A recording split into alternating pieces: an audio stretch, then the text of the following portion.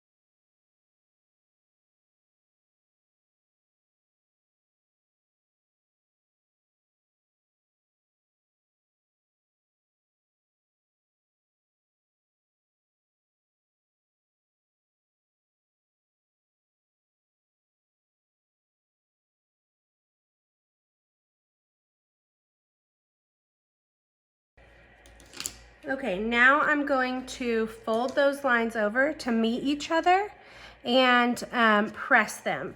So I'm going to fold this right sides together. That first set of notches that are 1 inch apart, fold those right sides together to meet each other. So one should lay right on top of the other. That top fabric can get folded back, so you're creating this pleat along the top edge of your fabric. And then you've got that marking that you created to match that entire line down the length, so you can press your pleat throughout the whole piece. And you're gonna do that for each pleat. So next set, I'm going to fold over and press.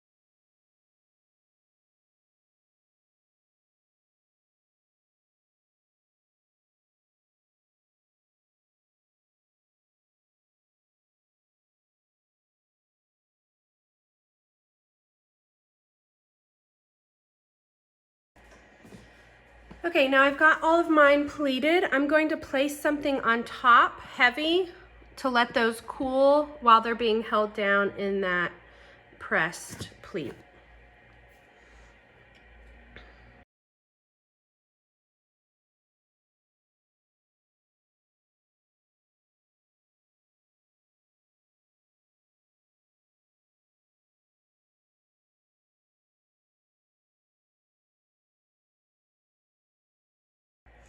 Okay, once I have that fully pleated and my pleats have set and cooled, then I'm ready to pin it to my other rectangle. So I'm gonna lay those right sides together and start pinning.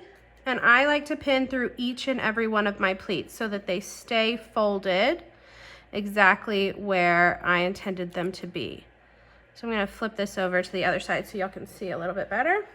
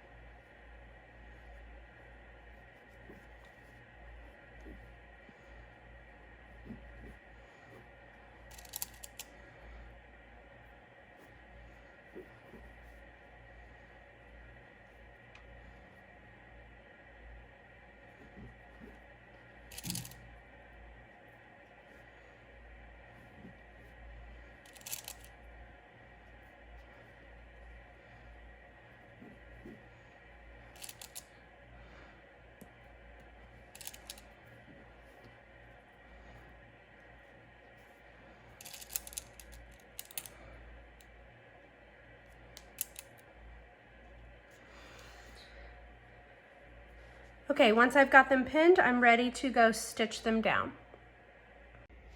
Okay, I'm at a standard 2.5 stitch length. And now I'm going to line up my raw edge at the 1/2 inch and just do a permanent stitch down this sample.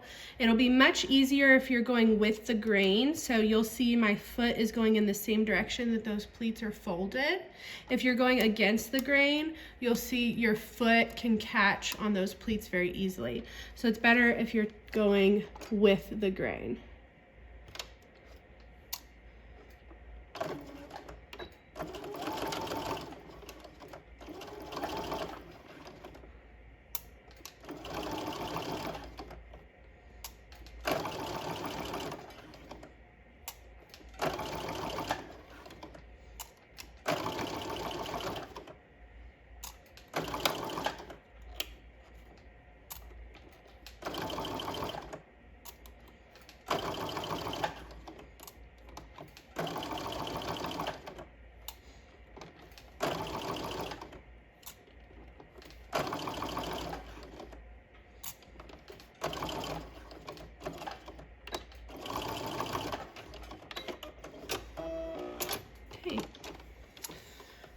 So that is our sewn 1/2 inch seam allowance. Now we're ready to go press this and finish it up.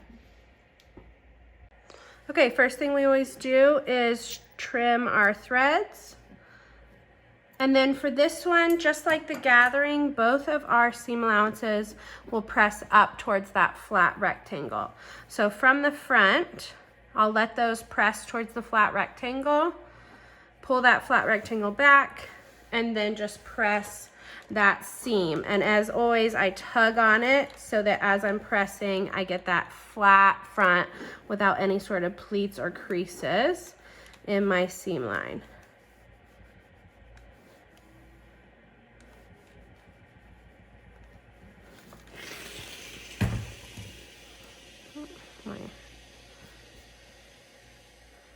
Okay, so from the front, that is our pressed seam line.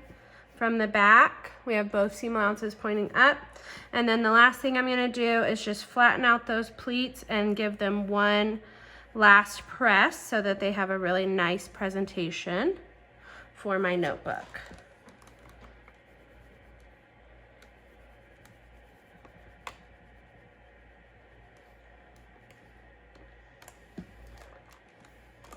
Okay, and there's your finished sample. So the top edge of your pleat will be sewn down and the bottom edge will be able to splay out. So that would be like the fullness of a skirt.